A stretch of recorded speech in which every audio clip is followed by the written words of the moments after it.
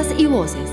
Escúchanos los miércoles a las 2 de la tarde, aquí en Sintopía Radio.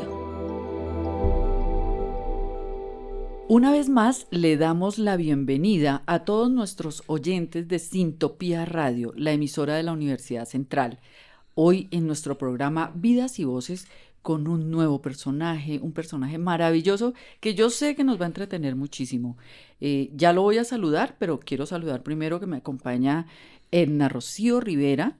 Ella es directora de Máster Central y, por supuesto, colaboradora expedita en este espacio tan maravilloso que se ha creado para nuestros consejeros, nuestros directivos y todas las personas que seguramente van a desfilar por este espacio.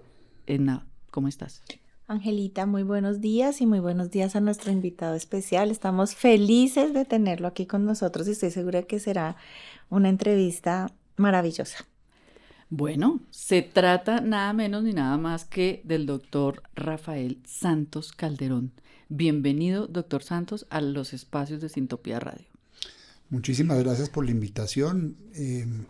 Trataré de hacerles el rato entretenido porque ustedes han tenido mucho tiempo para preparar los fusiles y yo muy poco tiempo para defenderme. Entonces, no creo. Aquí estoy para lo que se les ofrezca. Después de todo lo que leímos, no creo que no se pueda defender, pero bienvenido. Haré lo posible. Bueno, yo quiero dar una corta reseña de todo lo que ha hecho. No creo que esté aquí todo, pero por lo menos lo más relevante e importante.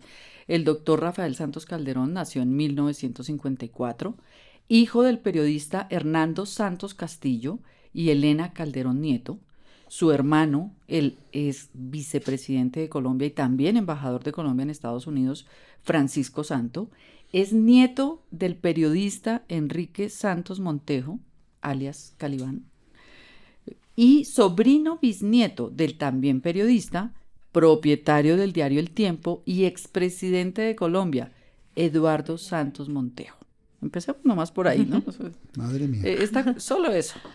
Desde la más temprana edad anduvo por oficinas y talleres del periódico, familiarizándose con su compleja y fascinante operación. Usted me va diciendo, doctor, si hoy estamos en la vía que es. Hasta ahora van bien. Muy bien. En los días de descanso escolar, Rafael y algunos de sus numerosos hermanos hormigueaban en las instalaciones del diario llevados por su padre, Hernando Santos, primero jefe de redacción y después subdirector y director de la publicación.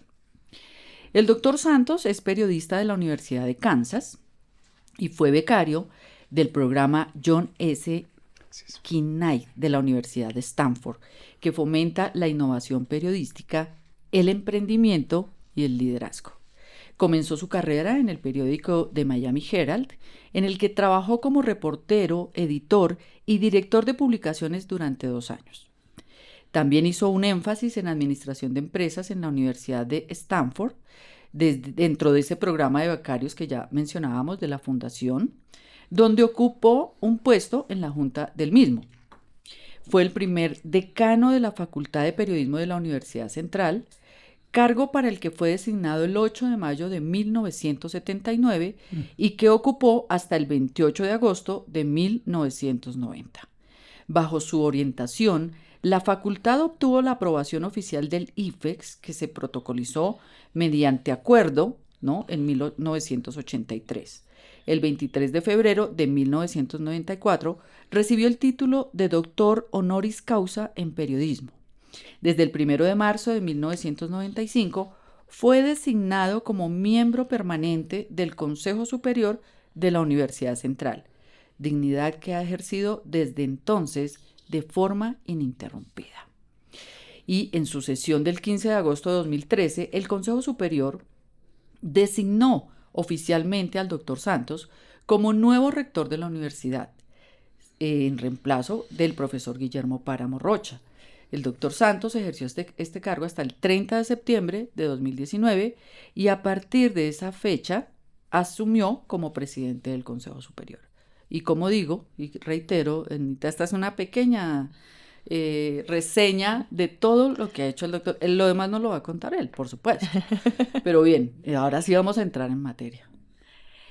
Bueno, doctor Santos, pues bienvenido y de verdad que leyendo uno o escuchando a Ángela esta hoja de vida, pero también esa historia que trae usted a cuestas, ¿no? De su familia, piensa uno, pero lo vamos a ver más adelante. Qué responsabilidad, ¿no? Tener todos esos antepasados y ese apellido debe pesar mucho. Pesa Pero, mucho. pero quiero arrancar por su niñez. Su padre, Hernando Santos, escribió en el periódico El Tiempo, y voy a leer entre comillas: el alma del hombre solo puede ser fuerte y bella ante el dolor. Cuando en su niñez adquirió sólidas bases de optimismo, de entusiasmo, de alegría. La mayor parte de los dolores que nos aquejan vienen del fondo mismo de nuestras almas tristes, y por el contrario, los dolores que la vida nos reserve se estrellan impotentes ante las almas que alientan un sano optimismo. Lo escribió en octubre 18 de 1915. Y la pregunta primera que quisiéramos hacerle es si así recuerda usted su infancia, optimista, entusiasta y bella. Sí, o sea, yo tuve un hogar básicamente optimista, con una fe de carbonero en el país, colombianista como ninguno, mi padre y mi madre, creyentes fervientes del enorme potencial que tenemos los colombianos, de lo que somos capaces de hacer, de manera que yo crecí en un hogar que no mostró sino caminos de optimismo. Obviamente, pues esos caminos tienen espinas, y esos caminos uno se cae en el transcurrir de esos caminos y vuelve y se levanta. Y yo creo que la enseñanza fundamental de ese hogar fue pues hacerle una apuesta a este país, pasara lo que pasara. Yo creo que ese ha sido un sello no solamente de la familia, sino en lo personal. Ahora que Ángela leía la cantidad de cosas que uno ha hecho en la vida, pero lo más importante es la cantidad de cosas que le falta a uno hacer y que puede hacer en un país que tiene estas cicatrices y estas heridas tan profundas. Yo creo que la convicción de que uno tiene la manera de sanarlas y de convertir este país en el paraíso que puede ser, y que le ha sido tan esquivo a lo largo de los años. Entonces, mi aprendizaje en ese hogar fue: usted póngase a trabajar en eso, mijo. Claro. Esa es una de sus responsabilidades, y hoy será desde un periódico, mañana será desde la educación, pasó mañana será en las fundaciones, en muchas de las que yo hago parte, y creo que algo se ha hecho en esa dirección, pero porque tienen un pasado y porque en ese hogar le enseñaron a uno lo que había que hacer y hacerlo bien, y sobre todo con una vocación de entrega y de servicio que no tengo cómo agradecerlo yo a mis antepasados, ¿no? Claro que sí. Doctor, pero ¿cuántos hermanos creció usted? Yo crecí con 6 hermanos. ¿Cómo serían esos espacios de juego? ¿Qué recuerda? Yo creo que eran más de pelea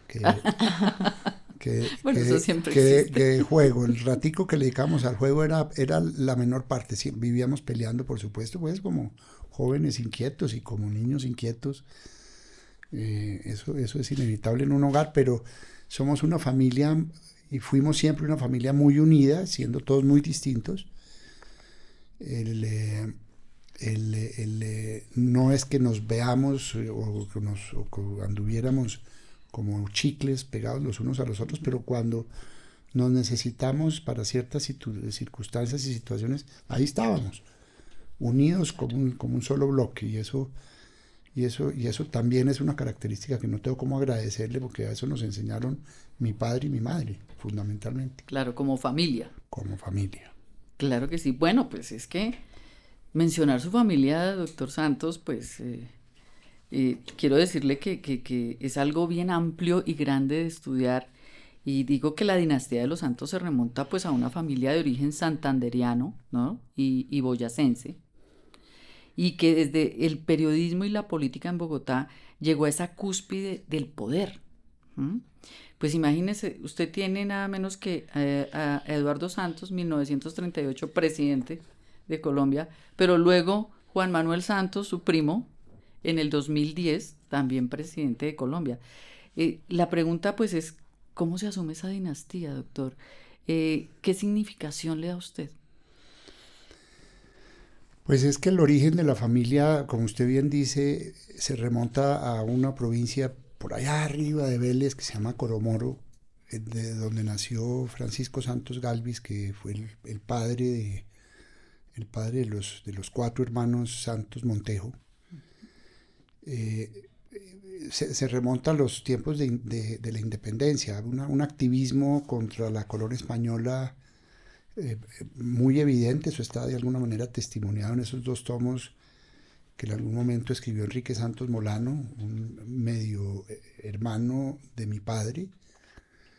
Y entonces ahí yo me imagino que en ese activismo se dieron las primeras o crecieron las primeras semillas del interés por la política. Y eso fue bajando en la medida en que pasaban las generaciones. Pues la generación evidentemente más protagónica en la política es la de Eduardo Santos. De ahí para atrás no había fuera de las luchas de independencia, mucho protagonismo político de la familia. Pero sí se cristaliza de manera muy importante en Eduardo Santos Montejo, que no solamente combinó algo que sería una característica a lo largo de muchísimos años de periodismo y política, pues puso a la familia en ese momento pues en la luz de la actualidad política de entonces, ¿no? Comienzos del siglo pasado, o antepasado más bien.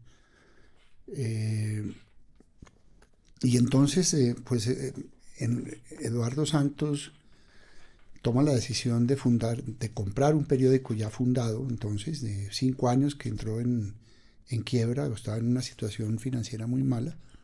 Compra el periódico, lo involucra a su hermano, Enrique Santos Montejo Calibán, un gran columnista, pero además un gran periodista. Eduardo Santos no era tan periodista, Eduardo Santos era mucho más político. Político, sí. Y entendía cuál era el propósito de fundar un periódico, era para hacer política. Entonces ahí se comienza a cristalizar esa influencia política del tiempo, y por esa misma vía la influencia que tuvo Eduardo Santos en la política colombiana. Y en el periodismo, pues Enrique Santos Montejo indudablemente. Y luego eso ha ido bajando de generación en generación hasta la que yo y mis hermanos representamos. El único periodista ahí soy yo. Francisco pues no, sí hizo algo en televisión, pero él es más político. Pero él es más político, y pues lo cierto es que terminó en la política, y de resto todos hemos sido periodistas, algunos empíricos, como Enrique, por ejemplo, mi primo, como Luis Fernando, que sí se graduó en periodismo, pero se fue por el área de la administración. Y yo fui el que más estuve vinculado a la vena periodística de esta generación de la familia. Claro, heredando sobre todo la razón de ser del periódico, ¿no? Porque allí era donde se manifestaba como el sentir de la gente, como escuchemos a los que nadie escucha, como protestemos porque esto no debe ser, y eso se heredó de generación en generación. Claro, desembocó en algunos de ustedes en política también, pero básicamente ese era como el lema.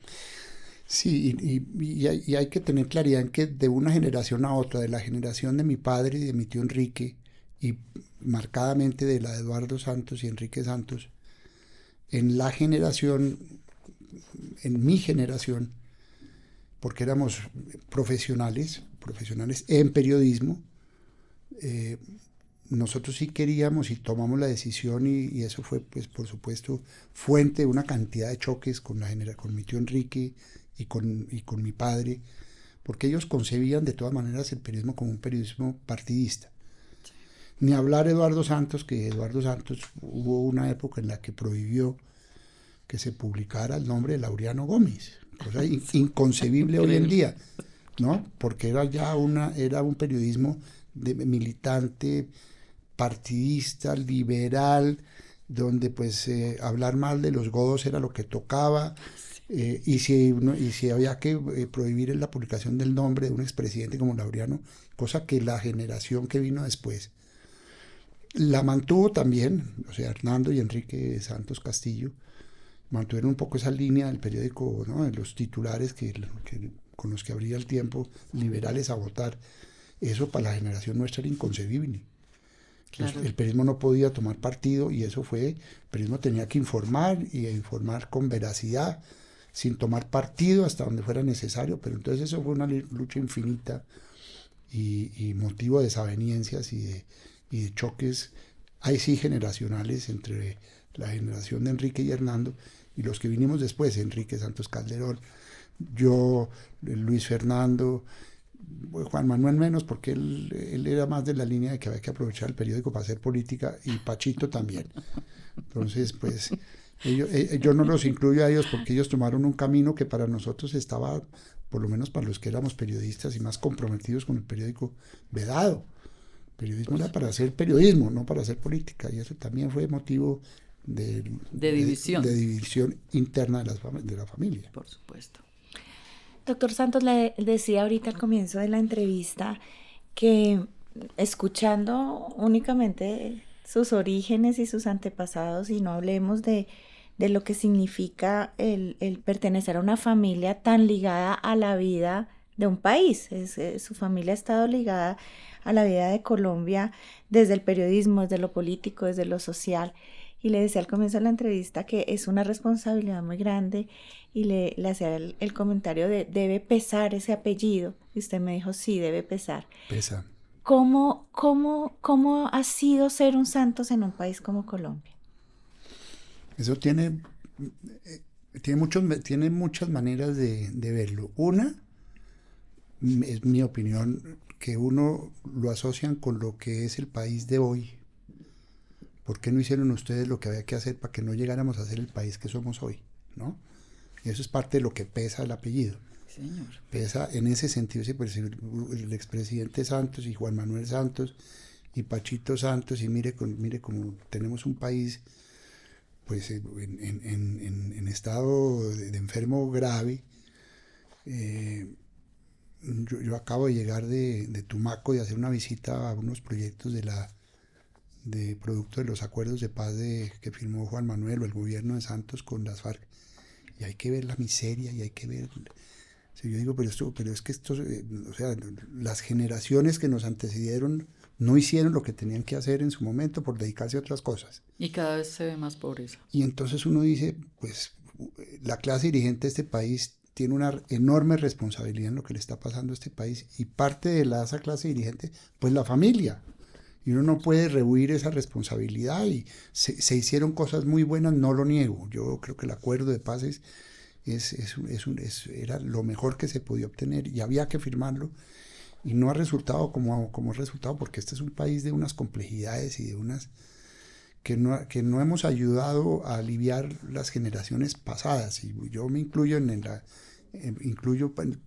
asumo parte de la responsabilidad de la culpa, porque pues yo creo que ese peso por el que me pregunta Edna es eso, es decir, hombre, lo que tenemos hoy está muy ligado al pasado, y la familia, el apellido, el poder que de alguna manera tuvimos está asociado a ese pasado. Entonces, ¿por qué tenemos el país que tenemos hoy? Y no es solamente una responsabilidad de la familia, por supuesto, pero uno sí tiene que asumir su cuota de responsabilidad. Y hacerse la pregunta. Porque este país no es como debía ser, o como el país que imaginamos en su momento. Exactamente. Doctor Santos, volvamos un poquito a su época de juventud. ¿Cómo recuerda usted la juventud? Pues era otro país, ¿no? Realmente, o sea, no, todo eso que estamos viviendo hoy no existía entonces. Yo tuve entre los 12, 13 años, y cuando me fui a estudiar fuera de Colombia, la calle era una calle sana. Yo me crié pues, con todos mis amigos en la calle. Hoy en día uno le dice a los chinos, mijito, no se le ocurra salir, sí, porque le va a pasar algo. Entonces hoy en día yo crecí con todos mis amigos, con mis hermanos, en un país y en una ciudad mucho más segura, pero muchísimo más segura. Se podía andar tranquilamente por las calles, uno podía coger un bus de la Flota Usaquén desde donde estaba la casa hasta el centro sin ningún riesgo ni que los papás estuvieran preocupados. Entonces yo crecí en un ambiente muy seguro. Yo fui muy deportista, entonces eso me ayudó mucho a ser una persona muy disciplinada. Me tuvieron los curas benedictinos entre ojos para ser cura. ¿Ah, sí? Sí. Pero a usted eso no le pasó nunca por la cabeza. A mí me trabajaron fuertemente prácticamente me tenían ya el hábito de cura ¿Pero listo. alguna vez lo consideró? No, No creo. pero yo era una persona muy creyente y además tenía una relación muy estrecha con los benedictinos, que es una comunidad fantástica, unos educadores formidables, unos educadores muy liberales. Entonces siempre me llamó la atención, me llamaba la atención, pero nunca lo consideré, porque pues uno también de joven tenía sus nenas, ¿no? Claro, Y tenía ojos. Y las nenas me salvaron, finalmente. Claro. ¿Cómo hubiera sido su vida de cura, doctor? Ay, qué buena pregunta. Yo creo que me hubieran santificado. Ah, bueno. Doctor Santos, tan pronto tuvo en sus manos su cartón de bachiller del Colegio San Carlos, usted viajó a la Escuela de Periodismo William Allen White de la Universidad de Kansas en Estados Unidos, donde su primo Luis Fernando pues le había recomendado estudiar. Allá pasó casi 5 años y aunque tengo entendido, ya me lo aclarará, que en lo académico no tenía ningún reparo, en lo emocional sí fue impactante, casi que no lo tolera. Y lo cito, entre comillas, dice, soporté una soledad muy brava. Esa fue una época en la que no me gustaría tener que volver a vivir. Cuéntenos por qué. De separarme de mi país.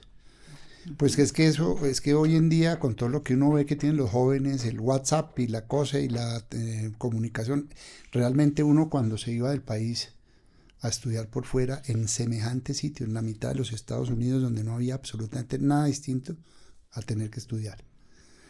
Y la comunicación con los papás era absolutamente imposible, ¿no? O sea, eso tenía que pasar por operadoras en Miami, después la operadora llamaba a un operador en Barranquilla, y el operador en Barranquilla lo conectaba a uno y terminaba uno pasando meses sin saber nada de la familia. Durísimo. Y yo había crecido, como les conté al comienzo, en una familia que éramos muy unidos. Mi papá y mi mamá eran unos papás de ejemplares.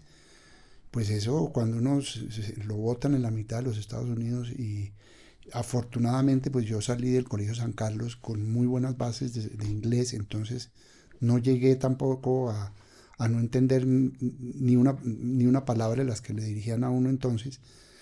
Pero esa cosa emocional de no tener uno la familia, a mí sí me pegó muy duro y yo era muy familiar y era muy cercano a mi mamá, no tanto a mi papá, porque mi papá se la pasaba pues en el periódico, era un workaholic impresionante, trabajaba sábados, domingos, lunes, martes, llegaba a las 4 de la mañana a la casa, se quedaba hasta la impresión del último periódico cuando salía la rotativa en el barrio, eso se llama, donde estaban las rotativas, bueno, un sitio espantoso, en España, no. Ah, ¿la Plaza España? La Plaza España. Bueno, eso era para llegar allá, había que Pero pedir bueno. permiso, pero no a los ladrones, sino a las putas.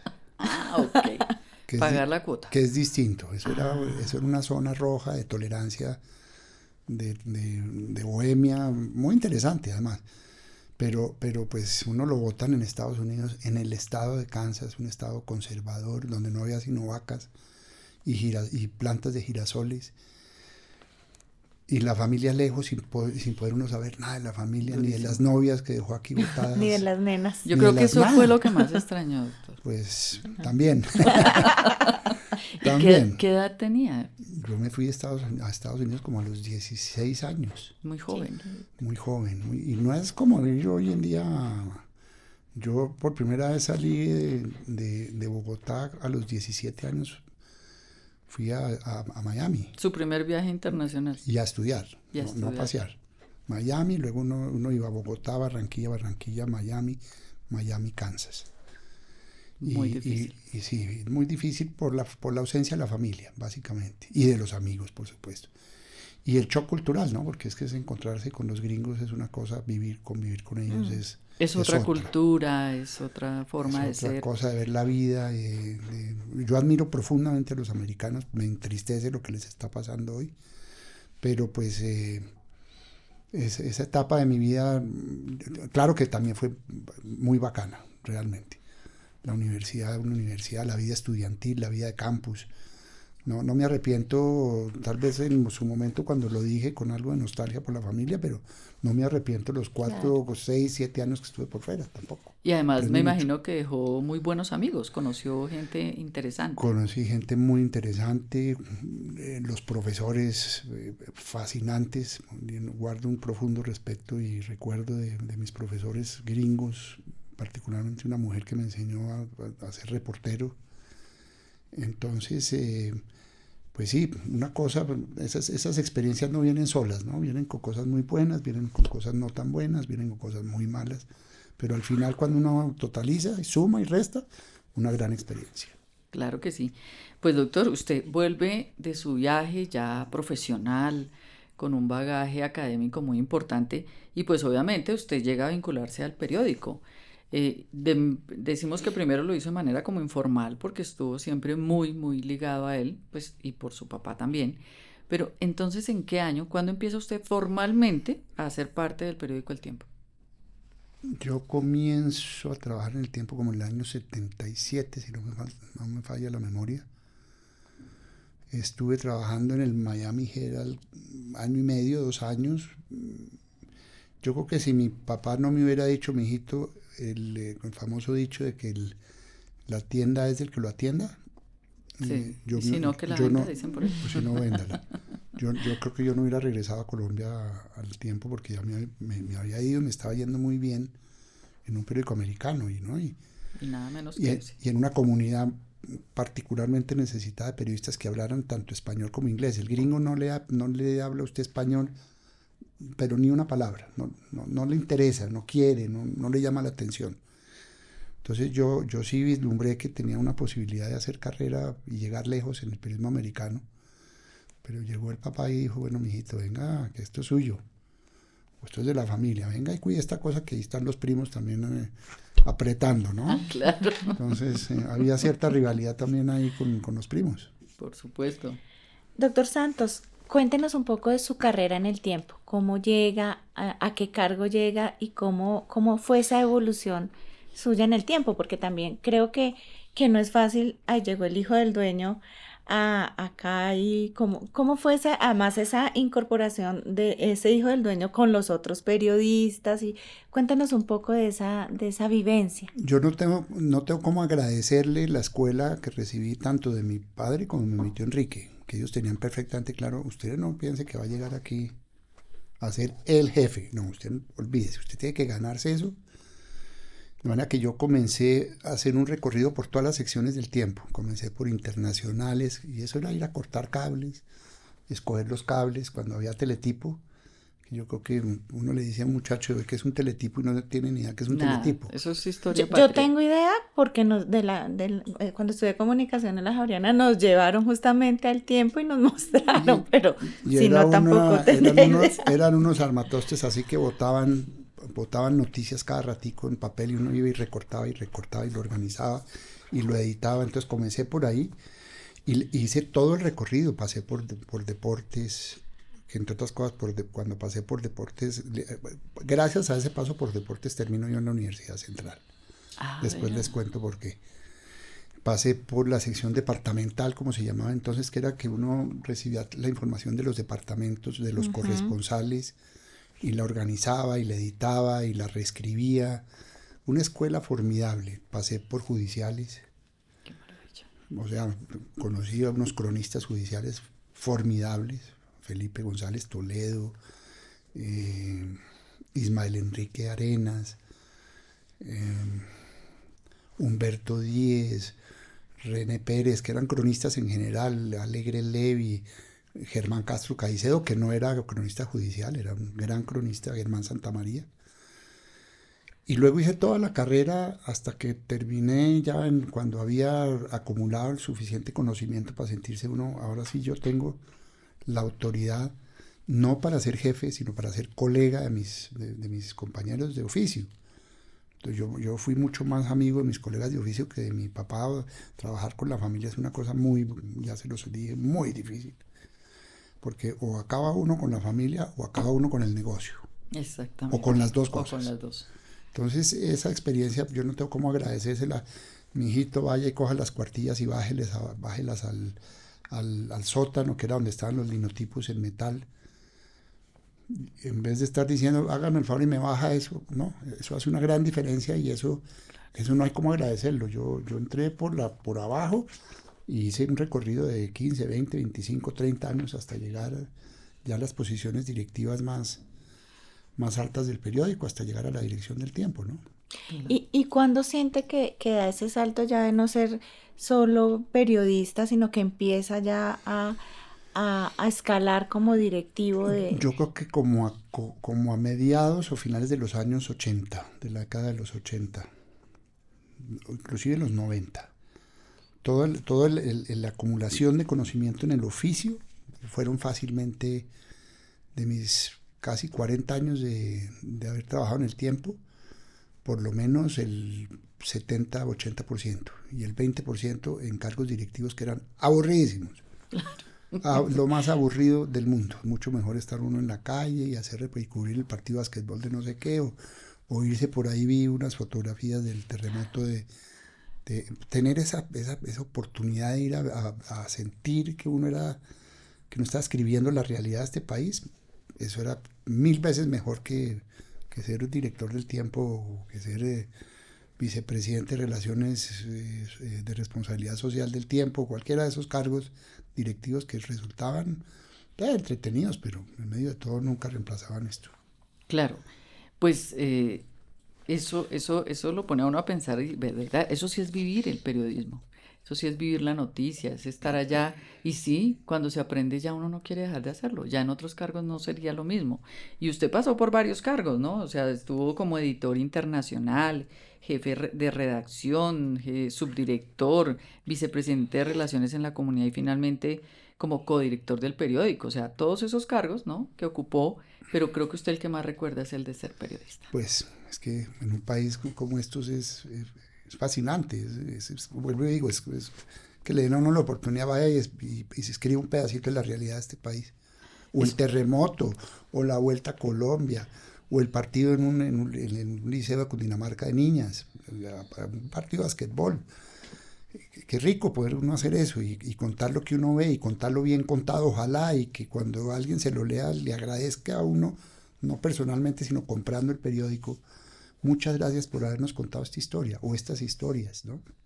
Eso no es fácil de olvidar. Y qué bueno retomarlo, qué bueno que los estudiantes escuchen esto, porque, y sobre todo los estudiantes de comunicación social y periodismo, porque eso es lo que tenemos que hacer. Ahora Google nos limita y no es todo, lo que tenemos ahí no es toda la realidad. Y en las redes sociales, que es la distorsión de la realidad. Terrible. Hay cosas muy buenas, por supuesto, porque no puedo negarlo, pero es un distorsionador de la realidad terrible. Complicado, sí, señor. Pero bueno, no nos adelantemos tanto a esta época, sino sigamos en esa que nos apasiona con todo lo que usted nos está contando, doctor Santos, y es sobre la primera columna que tuvo y que desde el inicio dio de qué hablar por su postura reaccionaria. La firmó con el seudónimo de Ayatollah. De ahí en adelante sus columnas eran firmadas con ese seudónimo, en las que se preocupaba por los problemas y temas de Bogotá, los asuntos urbanos y las noticias locales e internacionales. ¿Usted recuerda su primera columna? No me acuerdo y debe ser terrible. O sea, porque yo cuando firmé con Ayatollah, pues era que en esa época el Ayatollah era el símbolo del fundamentalismo, del radicalismo. Entonces a veces yo creo que se me fueron las luces. No, pero es que estamos hablando de cuántos años. Uy, pues es por ahí en los 80, finales de los 70, 80. Los 80, porque realmente el Ayatollah es de esa época, es de la época de los americanos tomados, secuestrados por el régimen iraní. Y el presidente del régimen iraní era un ayatollah, el Ayatollah Khomeini. Entonces, pues eso me permitía esconderme detrás de un seudónimo para decir cosas muy fuertes para entonces. Sí, usted Yo escribía. lo miro en perspectiva y digo, eso no es mío. Siendo como soy, eso no puede ser mío. Alguien le metió la mano a eso. Pues a mí me pasó leyendo una columna que sé que hizo un punto de quiebre firmada por usted. Y yo decía, no puede ser si él es como un padre para mí. Tan lindo, como dice. Él es tan tierno. Tan lindo. Y obviamente me estoy refiriendo a la columna tan controversial sobre Gabriel García Márquez. Y quería preguntarle justamente el porqué del seudónimo, y ya nos lo explicó.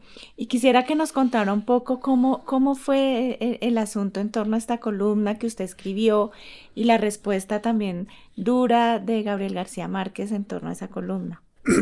Respuesta que me merezco, además, porque después fuimos muy cercanos con Gabo alrededor de la columna, cosa curiosa, cosa que a mí me sorprendió muchísimo, pero en ese entonces, que era más o menos el gobierno de Julio César Turbay, había una situación política radicalizado los bandos entre la guerrilla y el ejército, entre los liberales y los conservadores, entre los turbayistas y los antiturbayistas, y todo ese menjurje ideológico lo terminaba contaminando a uno. Yo recuerdo la columna como si fuera ayer y le pedí disculpas personales a Gabo algún día que pasó por el tiempo, estaba en Colombia y se apareció en el periódico de sorpresa y me dijo, yo quiero conocer a este salvaje. Ese salvaje era yo. Entonces apareció en mi oficina y de golpe yo estaba por ahí metido en no sé si había computador o no, seguramente estábamos comenzando a escribir en computadores unas cosas, y se sentó encima de mi escritorio y me dijo, joven, y yo me volteé y estaba Gabo sentado y digo, ¿qué es esta vaina? Y él era muy cercano a Enrique, muy cercano, y políticamente muy cercano a Enrique. Y desde entonces nos acercamos, o él se acercó, yo realmente no tenía diferencias distintas a ese episodio específico que yo asumí que le hacía un enorme daño al país, que había sido una jugada política de Gabo para echarle vainas a Turbay y al ejército y a los militares. Y después, cuando uno comienza a entrar en razón, se da cuenta de lo equivocado que estaba, ¿no? Ese no era Gabo, ni ese era yo, el que escribía y firmaba esa columna.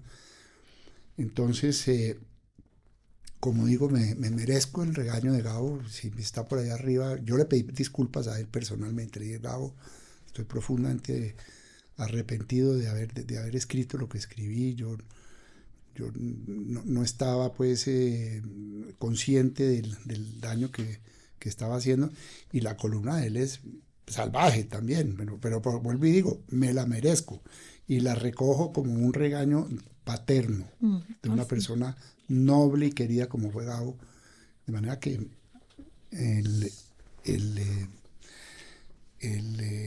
ayatollah pues ahí la embarró. Doctor Santos, pero yo leyendo la columna pensaba, usted nunca se la pasó a su papá, no se la pasó a un editor, no preguntó. No, mi papá en eso era absolutamente respetuoso. Yo no censuro. La única columna que me censuró mi padre, con razón también, fue una columna que yo escribí violenta contra Pablo Escobar, cuando estaba Francisco secuestrado. Y lo censuró Y para me dijo, salvarle la vida. Mijito, yo no le publico eso porque matan a Francisco mañana. Sí. Entonces, pero una columna de esas, peor que esta, o peor que esa, o una que debe estar por ahí dando vueltas.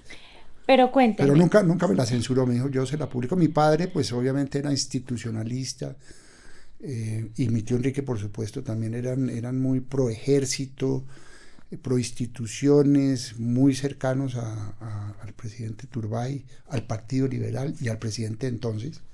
Yo no tenía ningún problema en ese sentido, pero tal vez yo recogía el clima, ¿no? El ambiente entonces, que era una cosa muy polarizada. ¿Ustedes creen que este país está polarizado hoy? Bueno, el país ya estaba polarizado entonces. Sigue. y sigue polarizado. Y cuando llega el regaño de Gabo, tampoco su papá lo llamó al orden o le dijo nada. Pero eso también habla mucho del tiempo, Pues es como que medio de comunicación. nunca me censuraron, nunca me quitaron una coma, nunca me dijo esto no se publica mientras yo sea director, yo no lo publico, nunca me pasó eso. De golpe un regañito aquí, una cosita allá, pero la columna salía tal cual. Claro, pero de hecho, pues no había censura, pero igual había que asumir la responsabilidad de lo que se escribía. Sin duda. Y después salían, como dicen, las consecuencias a relucir. Eso de hecho uno habla del partido, ya cuando uno habla del partido después de que el partido se acabó es facilísimo. Exactamente. Pero cuando uno mira hacia Claro. atrás hay unas lecciones aprendidas y yo no volvería a publicar una columna de esas en mi vida, o sea, ya viéndolo en perspectiva y mirándolo hacia atrás, dice uno, ¿usted qué le pasó, querido Rafa? ¿Qué le pasó? ¿Cómo dice usted estas cosas? Y eso fue una cosa que construí con Gabo, ¿no? Que era un perdón permanente, ¿no? Gabo, no sé qué me pasó. Y Gabo entendió, y un ser humano que era Gabo, que era una cosa formidable, me absolvió. Doctor Santos, de todos los eventos que usted pudo vivir y cubrir de la vida nacional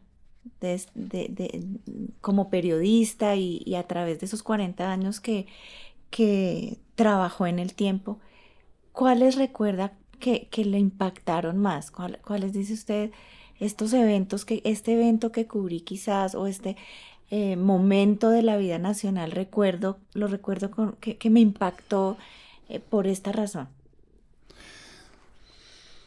Yo pensaría que hay como dos.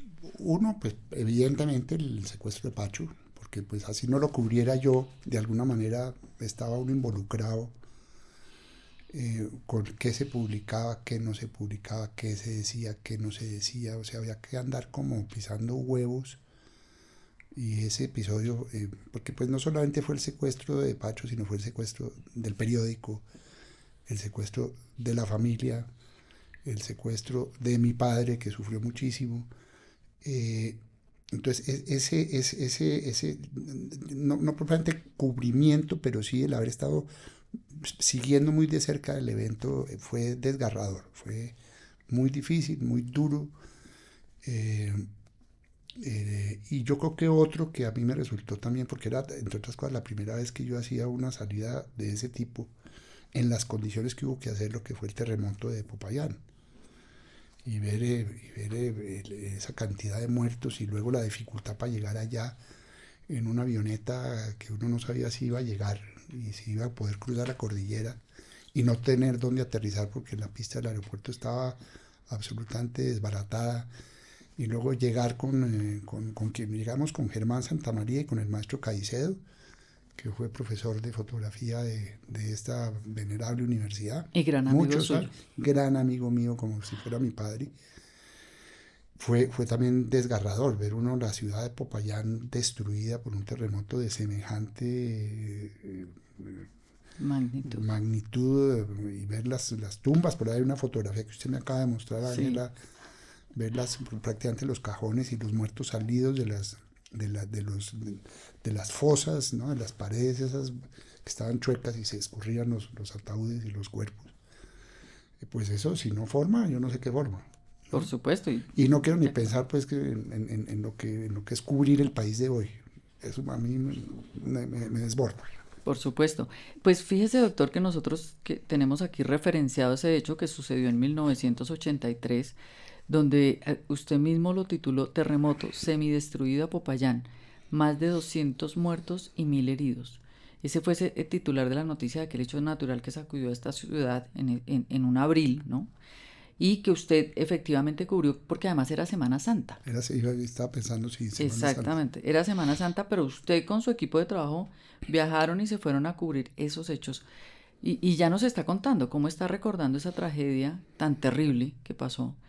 Y pues lo que seguramente siguió pasando después de la tragedia, porque la tragedia no solamente fue el terremoto, sino lo que venía después. La ciudad sin agua, la ciudad sin hospitales, la ciudad sin luz, las epidemias, las enfermedades, no, una cosa aterradora, y sin saber si uno podía salir, porque nosotros llegamos y luego trate de salir de ¿Cómo allá. sale? ¿Cómo sale? Y las personas seguramente buscando a sus seres queridos.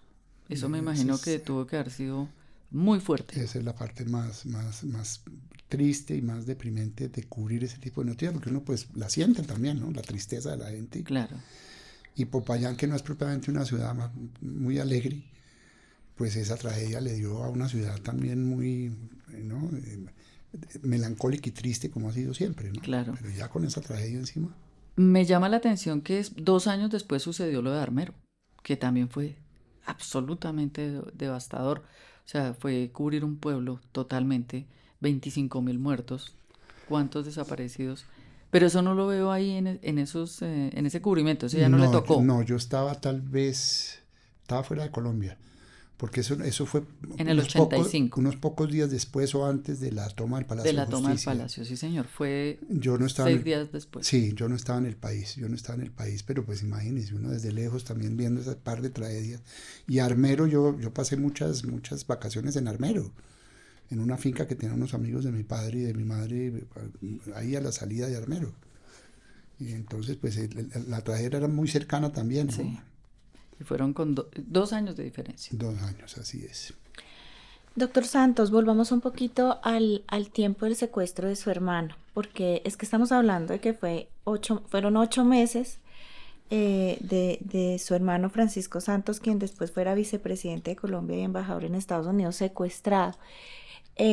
Algo nos ha contado, pero ¿qué pensaba usted en ese tiempo, mientras pasaban los días? Además, porque digamos que creo que para todo el mundo era claro que la persona o que lo tenía secuestrado en cualquier momento podía tomar cualquier decisión y era capaz de hacerlo, sin importar nombre, apellido, abolengo, lo que fuera.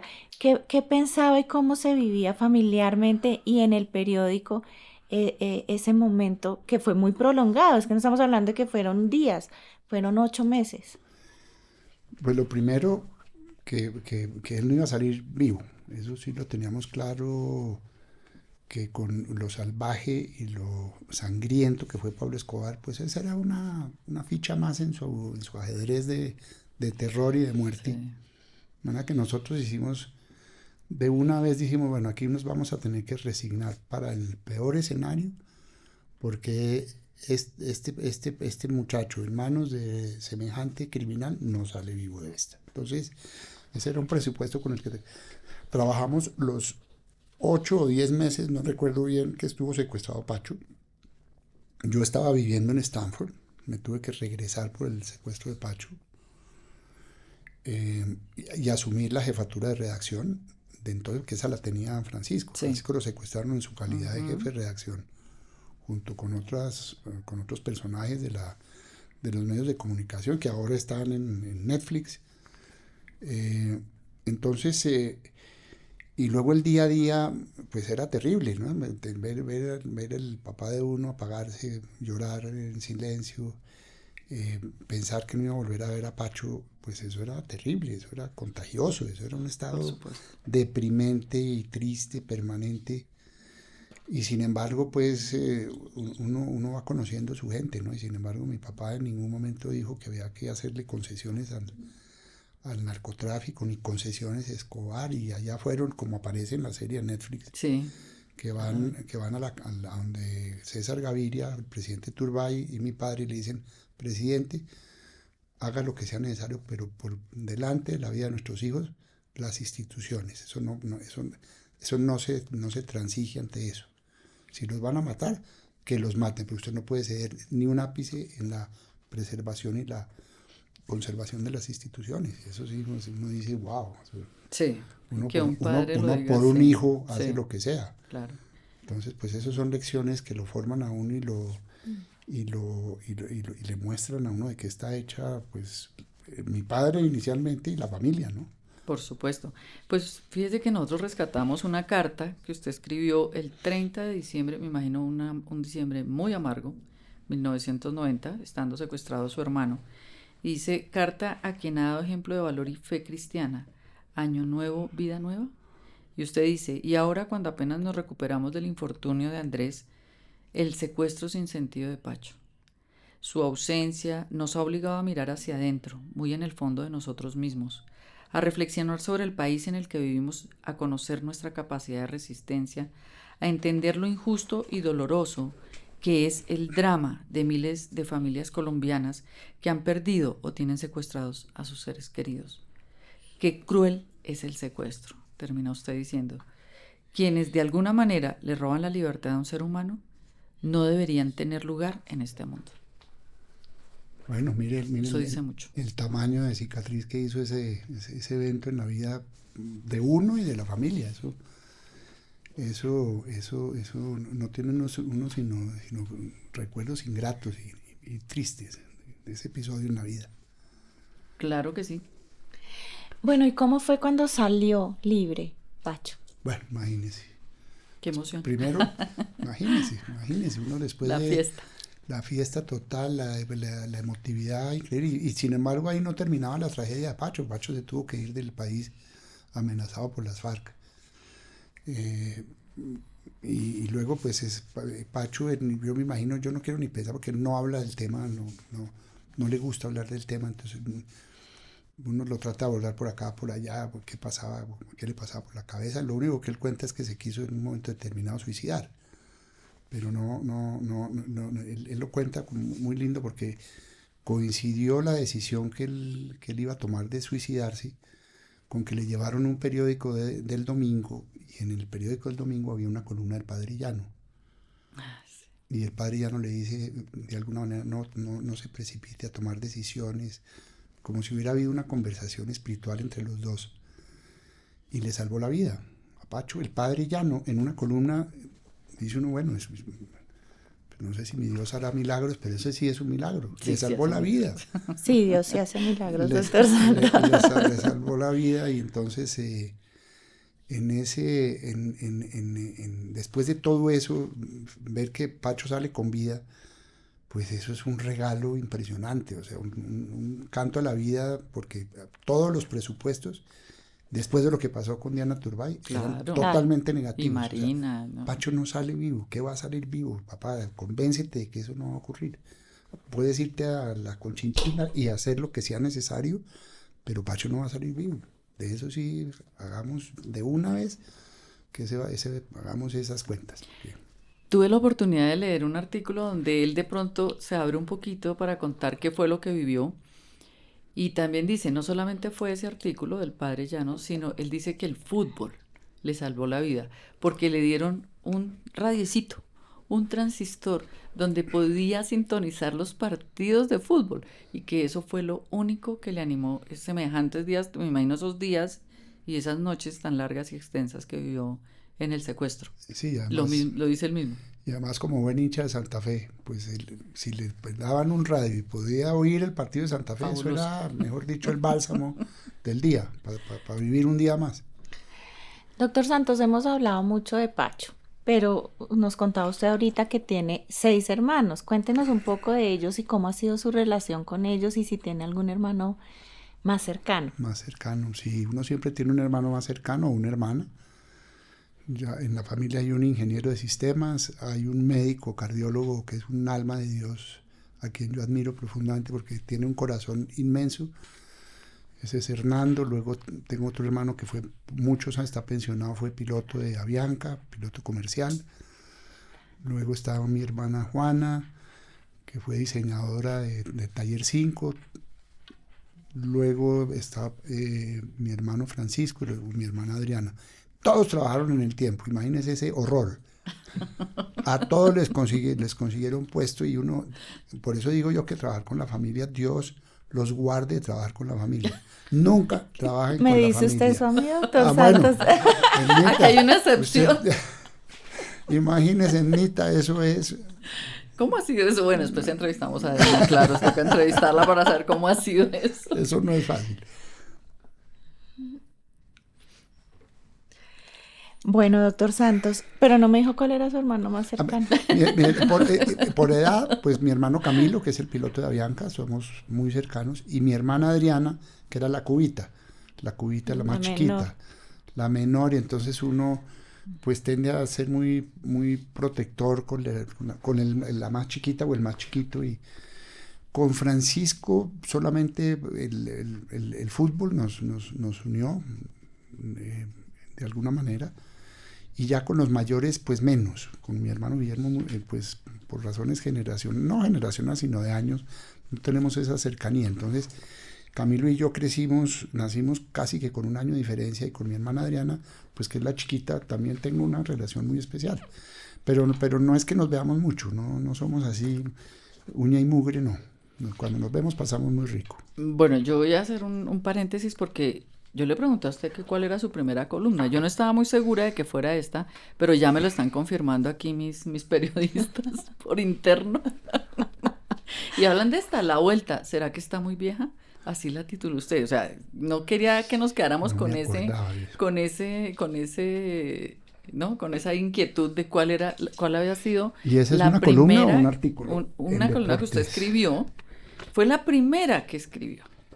Una de las primeras que escribió, más bien, porque no podemos decir que es una no más. Carlos Montoya, imagínese. Sí, yo de alguna manera, la razón por la cual comencé yo a escribir era una persona a quien también quise muchísimo, que se llamaba Artañán, y él tenía una columna, y yo dije, pero si él tiene una columna, y éramos contemporáneos en edad, y dije, pues yo quiero tener una columna. Claro. Y debuté, no sé si con esta columna, no tengo ni idea, es posible que sea esa la primera columna, entre otras cosas.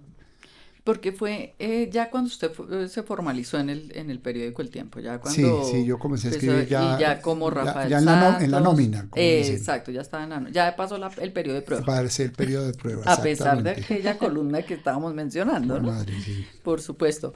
Pero bueno, doctor, hemos hablado muchísimo de periodismo y de toda su trayectoria profesional, pues sí, con estos veo recuerdos y también tristes recuerdos, porque pues también se dan. Así es la vida. Así es la vida, sí señor, así es. Pero bueno, pasemos a algo un poco más cercano. Muy cercano si vamos a hablar de la universidad. Y es todavía no vamos a hablar de la universidad, ¿cómo le parece? Porque es que en 1985 llega una persona muy especial a su vida. Ella se llama Cristina Chaparro. Ay, Cristinita, Dios mío, bueno. dolor de cabeza. Ay, no. Hágame el favor. Las poquitas canas son culpa de ella. ¿Será? ¿No será el contrario? No, a ella la tengo hecho un vejestorio. Ay, qué pecado. Sí, ella, mejor dicho, yo no Ay, sé no es cierto. Yo no sé cómo me Cristina no soporta. revela la edad que tiene comenzando. No, pero yo por no ahí. sé cómo me soporta. Yo no sé si ella se pintará las canas y se habrá mandado a estirar 1 o 2 veces. No tengo ni idea, yo no le pregunto. Pero Ave María sí ha tenido paciencia, porque es que aguantarme a mí. Claro, yo tuve la oportunidad de hablar con ella y me contaba cómo llegó, que el papá de ella trabajó allí, Un tiempo. se pensionó y ahí les daban la posibilidad en el periódico El Tiempo de que los familiares ocuparan el cargo o sencillamente pudieran ingresar. Ahí entró Cristina, El Tiempo pero era no entró directamente a ser su secretaria. No, yo no sé a quién se la robé. No recuerdo tal vez estaba en personal, yo no recuerdo. Pero me la asignaron, yo no la escogí, a mí me dijeron, usted se va, un día apareció una señora chiquita, chaparrita, era Cristina Chaparro, y me dijeron, esta es su secretaria. Yo no sé, en mi condición de qué sería, pues uno para necesitar secretario entonces, yo no recuerdo, no lo tengo tan claro, pero ella no le contó a dónde entró ni nada. Claro, no, ella sí refiere, ¿no? Bueno, le dio la oportunidad, ella empezó en el archivo, ¿no? Ella empezó allí. Luego pasó precisamente, pero ¿por qué llega ella? Porque resulta que su primera secretaria, Marina, se iba. Sí. Y ella se enteró. Y por eso dijo, no, pues yo quiero ser la secretaria del doctor Rafael Santos. Ella no sabía en qué se iba. Pero sí recuerda esto con mucho cariño y que sí, efectivamente, pues era todo un trámite, pero que seguramente a usted le quedó sonando. Dijo, bueno. Yo creo que eso era como ya cuando estaba en la jefatura de redacción, por ahí en esos lados. Usted ya estaba jefe de redacción. Pero yo no tengo sino agradecimiento con Cristina. Qué mujer tan leal, tan buena amiga, tan servicial, tan paciente, tan todo, porque es una mujer muy completa. Y con una familia muy linda, porque es que uno no solamente tiene a Cristina de secretaria, sino uno de alguna manera hereda a la familia. Las hermanas, una de las hermanas de ella fue secretaria de la Facultad de Comunicación Social y Periodismo de la Central. Ah, sí. De Fernando Barrero, fue la secretaria. Bueno, ese dato sí, vea. Yo te iba a decir ahorita, antes de que acaban llegara. Acabo de enterarme de ese dato. Todo. Vea, eso sí no me lo contó. Todo tiene, yo conocí toda su familia, no alcancé a conocer a su padre ni a su madre, pero a todas sus hermanas sí he tenido que tomar ajiacos, pero no sé cuántos con la familia. Ah, bueno, pero rico. Pero de los más ricos. Pero es que imagínese 35 años juntos, eso es un matrimonio. Eso es casi un matrimonio, sí. Yo veía más a Cristina Chaparro que a mi señora. Eso era de ahí. O sea, uno pasaba más tiempo con la secretaria que con la familia. Así era. Claro, o sea que se puede decir que ella se volvió una persona indispensable en su vida. Pues sí. Pues sí, porque ella hacía las veces de contadora, de la que hacía la declaración de renta, la que sacaba los pasajes para no sé dónde, la que le consiguió la cita a los hijos de uno, la que le conseguía las citas a uno, la que se lo aguantaba a uno. No, era un apoyo no solamente secretarial, sino afectivo, emocional, una compañía formidable, porque pues con ella íbamos a tomar cuchuco, que ahora vamos es con Edna, y la invitamos aquí a la doctora, pero no fue. Pero por razones de oficio. De oficios. Sí. Y parte de mi vida, sin lugar a dudas, Cristina Chaparro, eso sí no tengo cómo reconocerle a ella los años que me aguantó. Pero sigue. Ahí está, yo me la traje para acá, por supuesto. Sí, ella sigue. Ella sigue ahí. Doctor Santos, otro personaje muy significativo en su vida, lo hablábamos ahora, fue Carlos Caicedo, ¿no? Fotógrafo profesional del tiempo. Y pues obviamente compañero suyo durante el tiempo que usted trabajó allí. ¿Cómo fue que se hicieron amigos y por qué tan cercanos? Y cuéntenos un poco de esa relación. Yo creo que la relación tan estrecha con Carlos era que él, que es esas cosas que pasan en las organizaciones, le quitamos a la fotografía un gran fotógrafo y lo nombramos editor de fotografía y nos tiramos a Caicedo, claro. Ah, sí. Pues sí, porque él era realmente un hombre que estaba detrás de la cámara, gran fotógrafo, gran periodista fotográfico y no sé, como por hacerle un reconocimiento, una promoción, lo nombramos editor de fotografía y eso pues acaba con un fotógrafo bueno. Claro. Entonces, todo el proceso de armar el periódico, sobre todo la primera página, uno siempre tenía que ir a escoger la fotografía de primera página y él era el director del departamento de fotografía. Entonces ahí entrábamos a una discusión de cuál era la mejor foto, si la foto iba a 4 columnas o a 2, o así de grande o asá de grande. Entonces esa fue una discusión y además era un hombre muy gracioso, era un cachaco, un bogotano siempre con una chispa bogotana muy simpática, sí. Y con el gracejo en la punta de la boca siempre. Y luego pues nosotros íbamos, uno se metía a un cuarto oscuro que era donde revelaba las fotografías. Y los fotógrafos eran unas caspas, todos. De Carlos Caicedo para abajo eran unas caspas. Y uno iba ya a escoger la foto y cuando iba a escoger la foto le decía, venga jefe, pase esta puerta, que era una puerta giratoria, y uno giraba la puerta y quedaba en un cuarto oscuro como en un burdel, con unos bombillos rojos y unas cosas que uno no entendía qué estaba pasando y le pasaban a uno las cositas que era donde iban la película de las cámaras de fotografía de antes, sí. Ya estaba con un chip o con una tarjeta, pero en esa época entonces le pasaban a uno y uno como que decía, ¿esto qué es? Y lo destapaba uno, whisky. ¿Ah, sí? Sí. Para revelar, para revelarlo a uno. Para jalarle la lengua, jefe, ¿cómo hacemos con los aumentos de este año? Pero los vemos como complicados y aquí hay gente que está muy descontenta y está que se nos va y claro, al cuarto de esos uno iba, sea que lo esa ponían es la a uno. fórmula.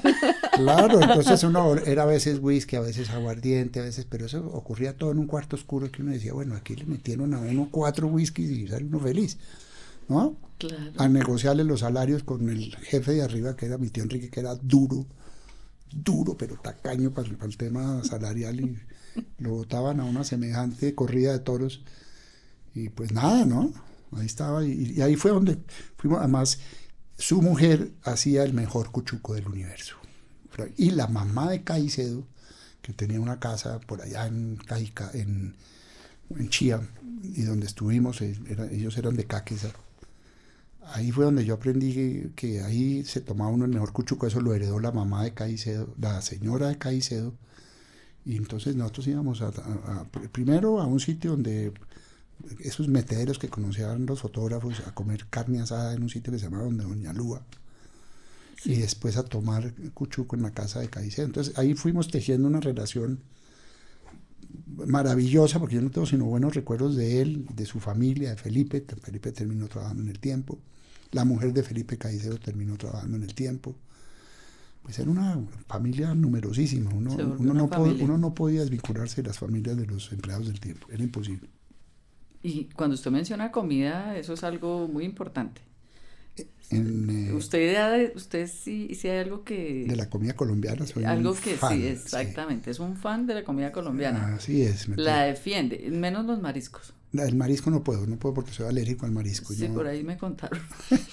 Sí, ya después casi me muero por una reacción alérgica, entonces ahí descubrí que la cosa del marisco no era conmigo. Pero cuéntenos la historia, doctor, porque nos dice. Nada, me comí un marisco y casi se le cierra uno la tráquea, y entonces si quieren salir del presidente del consejo, un marisco.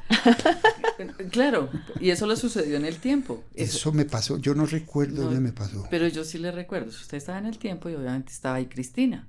Cuando un día usted llegó y tenía los labios muy inflamados y no podía hablar. Es posible. Y le decía, ¿pero qué le pasó? No tengo ni idea. Y lo tuvo que atender el médico que estaba ahí en El Tiempo y lo inyectó. Y le dijeron, usted no puede volver a comer marisco. De golpe por ahí es la cosa, no me acordaba que Cristina me había salvado la vida, pero bueno, ya un título más para Cristina. Para Cristina, sí, esa un punto historia más contada por ella. Bueno, pues no tengo que ahorita subo y le doy un abrazo y un beso. Claro que sí. Doctor Santos, cuéntenos cómo llega usted a la Universidad Central y qué ha significado la Universidad Central para usted. Yo llego a la universidad por una relación muy estrecha entre uno de los fundadores, que era el doctor Jorge Enrique Molina, que además era el presidente de la Federación de Ajedrez, era un enfermo del ajedrez, Jorge Enrique Molina, y tenía una relación muy estrecha con el que era editor deportivo del Tiempo, que se llamaba Humberto Jaimes Cañarete, un guajiro maravilloso, gran periodista, gran persona. Y ellos dos tenían una relación, y en algún momento seguro por ahí nace la idea de Jorge Enrique Molina de crear una facultad de comunicación social y periodismo. Tenía una muy buena relación con Humberto Jaimes, y en una conversación de los tres le dije, ¿usted por qué no viene a la universidad y nos ayuda a montar el programa de periodismo? Y ahí arrancó la cosa, y ahí terminé yo metido trabajando en la fundación de la Facultad de Comunicación Social y Periodismo de la Universidad Central, y desde entonces es mi casa y será mi casa hasta el último día de mi vida. Claro que sí, aquí lo queremos por mucho rato, doctor, pero bueno, a mí me gusta mucho lo familiar, lo más cercano. Me quiero devolver un poquito porque pues, bueno, ¿cuántos hijos, doctor? Yo tengo 5 hijos. 5 hijos. Sí. Y su primera esposa fue doña Cristina Merchán. Cristina Merchán, con ella tuve 3 hijos. Antes de mis 3 hijos tuve uno que ya tiene 42 años, que es un influencer muy exitoso. Diego Alejandro. Luego con mi actual señora tengo un pequeñín de 14 años, o sea, estoy haciendo la carrera de abuelo, papá abuelo, que eso es bien divertido, se los recomiendo. Me imagino, doctor. Seguiremos el consejo. Doctor, ¿usted cómo recuerda a su primera esposa? Una gran persona. Siempre las primeras veces son muy agradables, porque descubre pero uno, también difíciles. Pero muy difíciles. Y yo la verdad, esa cuota de por qué eso no funcionó se la atribuyo al tiempo, porque es que uno era en esa época, por eso digo que trabajar con la familia es absolutamente imposible, porque era la presión de mi papá y de mi tío Enrique, entonces uno tenía que estar en el periódico a las 8 de la mañana y tenía que salir a las 3 de la mañana, y eso no lo aguanta ningún matrimonio. ¿Cómo lo va a aguantar?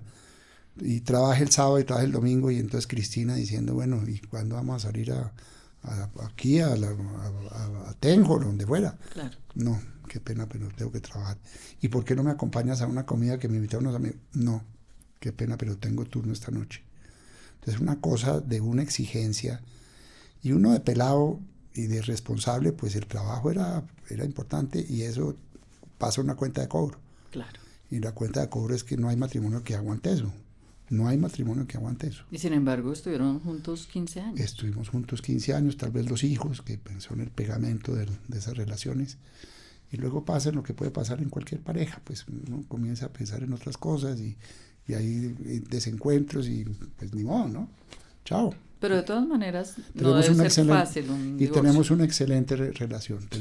Porque es que uno tiene que saber salir bien de las cosas. Claro. Y salir bien de las cosas le sirve a todo el mundo, a uno, a la mamá y sobre todo a los hijos. Que una pésima separación acaba pues perturba mucho la vida de sus hijos. Entonces en eso lo hemos manejado con inteligencia, gracias a Dios. Sí, afortunadamente. Doctor Santos, nos hablaba ahora de su madre. Hemos hablado mucho de su padre, que obviamente pues tiene una preponderancia también por ser quien fue en el tiempo, pero nos decía que tenía una mejor relación con su madre. Háblenos un poco de ella. Sí, porque mi mamá tenía una vocación de servicio que yo le heredé a ella y le aprendí a ella. Mi mamá era voluntaria de las Damas Grises, hacía pasantías en el Instituto de Cancerología de Bogotá, hacía labor social por donde pudiera hacerla. Y yo eso lo admiré mucho de ella y ella me lo enseñó, y yo de alguna manera, yo creo que por eso me llamó tanto la atención la universidad. No solamente por la tarea que cumple un educador, una universidad, sino por la gente que le apuesta a su educación en una universidad como la Universidad Central, que es gente que suda hasta el último minuto cada peso que paga de la matrícula, que trabaja para poderlo pagar, y que no es la Universidad de los Andes, ni es la Universidad Javeriana, ni es el Rosario, ni es ninguna de estas universidades que respeto, pero que yo encuentro muy encumbradas. Y la Universidad Central cumplía una tarea social maravillosa. Yo creo que todo eso lo recogí en la universidad gracias a la formación y al ejemplo que me dio mi mamá. Y quizás eso explica también por qué usted fue el pionero de la responsabilidad social empresarial en el tiempo, y esa permanente, bueno, los que tenemos el gusto y el placer y el privilegio de trabajar cerca de usted respira esa responsabilidad social, esa solidaridad, ese querer ayudar en la medida de lo posible a todas las personas. Quizás pues viene también de allí, ¿no? Absolutamente viene de mi mamá. Y mi papá era una persona además también muy generosa, no tan sensible socialmente, aunque la diferencia era que el papá del presidente Santos era una persona de Ituparabo, y mi papá era mucho más popular. Mi papá le gustaban las corridas de toros. Mi papá Más cercano. era más popular, sí, era más cercano a la gente, y era en ese sentido también le aprendí mucho a mi papá de tener como esa sensibilidad social que nunca se acercaba a la que tuvo mi mamá, porque mi mamá sí era 100% en su ADN el servicio social. Y yo llegué en un punto donde yo dije, bueno, ya creo que el periodismo me parece muy chévere, yo creo que ya es hora de buscar otros horizontes, pero nunca desprendidos del periodismo. Y se me ocurrió, con algunas otras personas que me ayudaron a pensar el modelo de responsabilidad social del tiempo, que el tiempo tenía, por ese inmenso poder que tenía, una resistencia. La gente lo veía como ese periódico allá, al que no le importan pues los problemas de la gente. Eso es un periódico de los santos, y eso es una cosa, y generaba un rechazo Claro. natural, como los grandes periódicos en el mundo, ¿no? Esos periódicos casi que son intocables. Yo dije, tenemos que buscar alguna manera de que la gente perciba el periódico de otra manera, porque es que un periódico no solamente cumple un papel social, sino que tiene una función social. Entonces ahí se me ocurrió decir, vamos a meterle a esto un poco de responsabilidad social, que además era una tendencia de las empresas. Eso no se lo inventó el tiempo, y no se lo inventó ninguna empresa en particular, y era ver cómo le podíamos generar un valor social a una empresa que tiene una marca evidentemente poderosa, pero muy política, muy separada de los intereses de la gente, o así era percibido, a pesar de que un periódico siempre está contando historias de, ¿no?, de tragedias sociales, de tragedias humanas, de todo ese tipo de cosas, pues la percepción de la gente era que era un periódico muy lejano de sus lectores y de su gente. Y ahí es donde nace un poco ese tema de la responsabilidad social desde el tiempo. Claro, hubo una revista que se llamaba Huella Social. Huella Social, sí, una revista que lo que buscaba era presentarle al país todas las experiencias que apoyaba la empresa privada, porque este país no le ha reconocido a la empresa, al empresario lo que ha hecho el empresario por el país. Falta mucho por hacer, sin lugar a dudas, no tengo la menor duda. Pero había que tratar de contar historias donde fuera muy clara la huella que dejaban los empresarios en proyectos sociales. Resultó súper llamativo, tuvimos yo no sé cuántas revistas taqueadas de publicidad, muy rentable, que contaba historias de las empresas, de proyectos sociales que tienen las empresas colombianas. Y de alguna manera eso humaniza, o sea, dicen, no solamente es el poderío y la plata y los réditos de la plata y lo lucrativo que puede ser un negocio, sino que los negocios y las empresas tienen que tener un compromiso social evidente. Y fue terriblemente exitoso, para mi sorpresa. Yo no pensé que eso fuera a tener tan buena respuesta desde el punto de vista de pauta publicitaria y de los empresarios. Y bueno, yo no sé cuánto tiempo duró, pero duró un poco de años, pues como una revista muy exitosa de responsabilidad social. Así es. Bueno, doctor, pero usted no solamente escribía, se dedicaba a todas estas, como dicen, buenas acciones y a estos buenos proyectos y emprendimientos. Usted también tenía un hobby muy especial, ¿no? Yo tengo muchos hobbies. El que tuvo que dejar, el fútbol. Ay, el fútbol, sí, yo por cuenta de eso me tuve que operar las rodillas y una cadera y bueno, y todas esas cosas que produce el fútbol, que uno cree que es un crack y nada, es un ladrillazo. ¿Y su equipo estaba conformado por quiénes?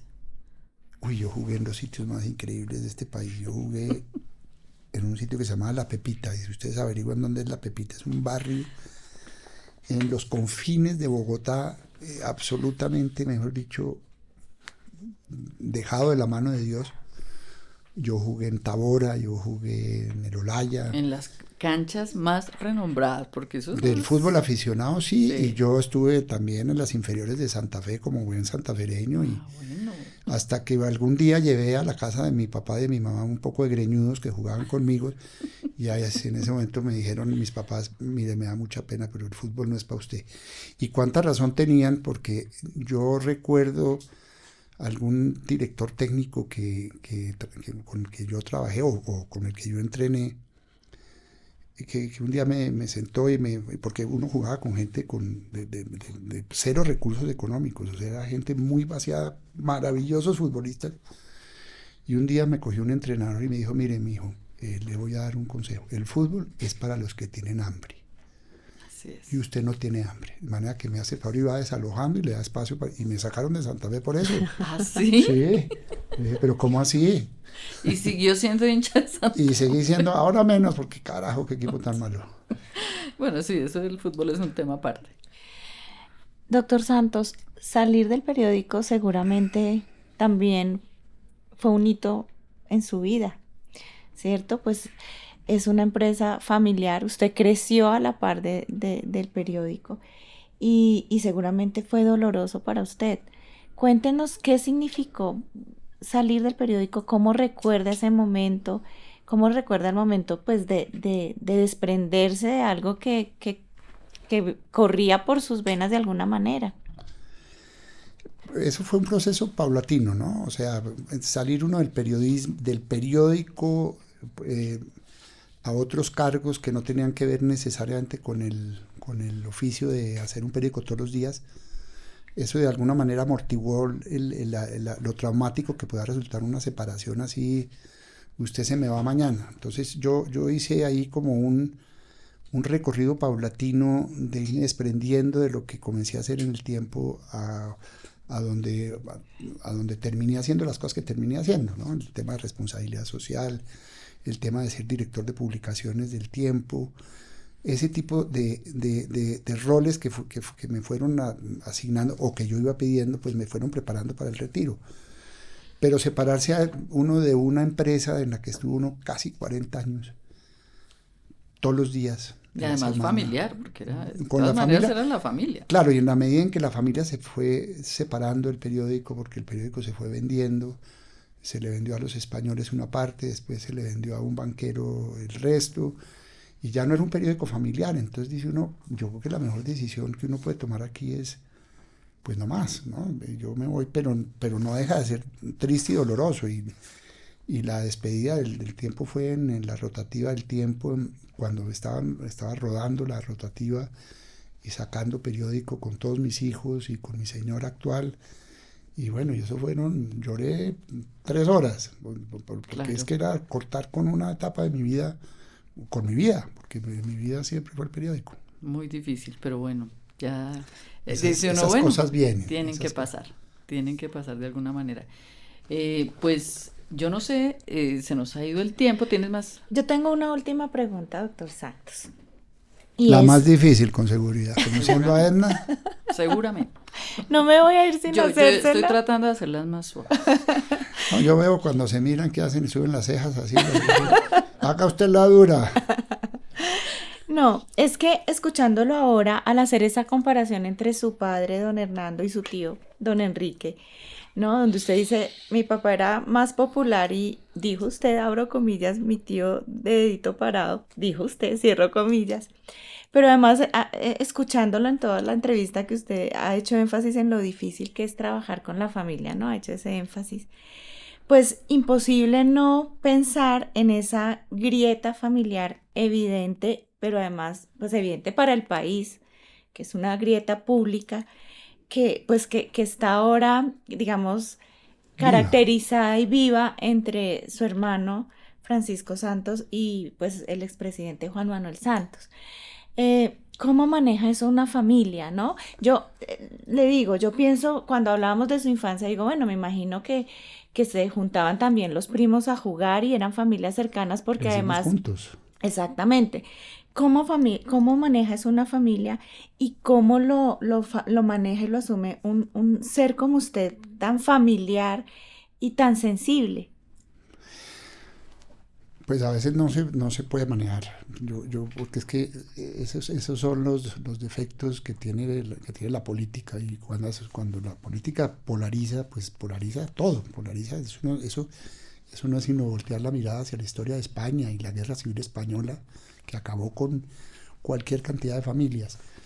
Entonces esa separación casi que irreconciliable, pues uno tiene que manejarlo a través de la familia. Entonces, por ejemplo, voy a dar un ejemplo.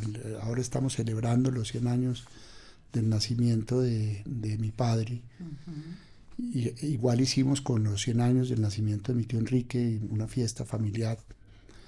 Y ahí se encontraron Juan Manuel y Pacho. La gente habla de que una reconciliación. Yo no estoy tan seguro que hay una reconciliación ahí, a pesar de que fue una reunión muy agradable, muy familiar. Y yo creo que las familias y la familia, la institución de la familia, genera unas defensas y genera una manera de que esas desavenencias se puedan resolver a través de las familias mismas. Uh-huh. Entonces ahí nos juntamos toda la familia Santos Calderón de Enrique y toda la familia Santos Calderón de Hernando, donde no hicimos sino reírnos de las diferencias que tienen el uno y el otro. Y eso es lo que permite un ambiente familiar. Ya la política es otra cosa. Ahí uno tiene que separar la familia de la política. Y en eso sí fueron muy, muy visionarios mi padre y mi tío Enrique, que era decirles, el que se mete a la política se va al periódico. Y así fue con Pacho y así fue con Juan Manuel. Váyanse. Si ustedes ese es el camino que toman, se tienen que ir a hacer su política, pero no mezclen una cosa con otra. Entonces, pues, yo no sé si algún día se reconciliarán, ojalá, no creo, pero la familia es una cosa muy distinta a la política, y uno tiene que saber tener la claridad y la inteligencia de cómo pone una cosa aquí y cómo pone la otra acá, y porque la mezcla es explosiva, y eso es lo que se ha demostrado. Es que pues las cosas que se han dicho Juan Manuel y Pacho, eso dice uno, Eso no puede ser familia. Sí, duro.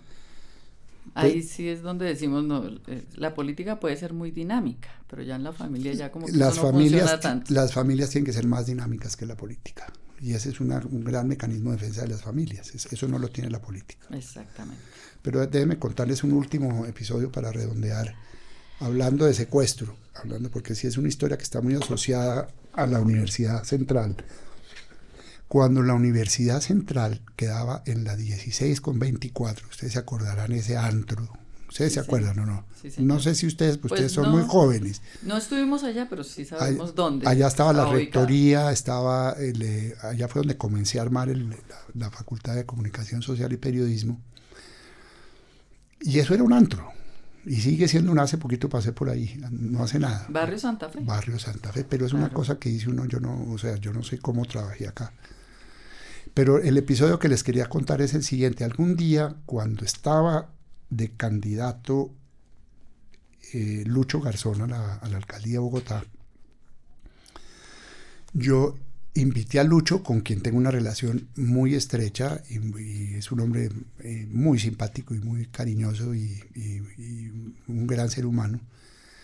Le dije, venga, que le quiero hacer una comida, y le organicé un almuerzo, una comida en mi apartamento, ¿no? Lo metí a él, estaba León Valencia, estaba Edgar Ruiz, que fue el gerente de la empresa de acueducto alcantarillado de Lucho Garzón, cuando fue alcalde de Bogotá.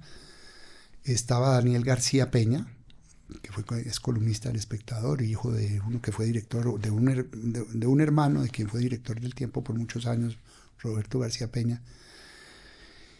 Y en esa comida yo me di cuenta que había un señor que no abrió la boca, se sentó, se tomó todo el whisky del mundo, del mío, no abrió la boca. Y entonces a mí sí eso me pareció muy extraño, y al día siguiente llamé a León Valencia, fue del COSI, del Comando Central del ELN, a quien aprecio y quiero, un ser humano de una inteligencia absolutamente desbordante. Al día siguiente lo llamé y le dije, hola, León, cuénteme un poquito, un señor que estaba sentado ahí en un butaquito que estaba casi por encima de todos nosotros y que no abrió la boca, ¿quién es? Usted me jura que si le cuento, usted no me va a retirar sus afectos y puedo seguir siendo su amigo. Le dije, pero por supuesto, es que lo que haya pasado ya pasó, ¿cuál es el problema? Entonces, mire, ese señor Edgar Ruiz era el jefe de los comandos urbanos del ELN en Bogotá, y tenía la tarea de secuestrarlo a usted, mi querido Rafael. ¿Y estaba ahí? Y el señor Edgar Ruiz, que es lo que me da rabia, que se ha tomado mi whisky. Pues claro, porque aparte de eso, con esas intenciones. O sea, que el tipo, ¿no? Entonces, cuando yo le dije, ¿y por qué no me secuestraron? Y entonces me dijo, por una razón muy sencilla, porque usted nunca llegaba a tiempo a la oficina. Usted se nos volvió un objetivo muy costoso. Usted no sabe lo que le cuesta a un movimiento como el nuestro, como era el nuestro de entonces, hacerle toda la inteligencia a un personaje al que vamos a secuestrar. Usted a veces llegaba a las 8, a veces se iba a las 10, o se iba a las 11, o no se iba. Usted llegaba en un carro y usted llega, y entonces ahí uno entiende cuando le dicen a uno los detectives, los que saben de seguridad, sí, cambie la rutina. Nunca tenga rutina. Entonces usted se nos volvió impagable. Usted nos estaba costando una cantidad de plata, entonces ahí cambiamos de objetivo. Claro, ¿sí? Y nos llevamos a otra persona. Entonces dirá, recuperemos algo tomándonos el whisky.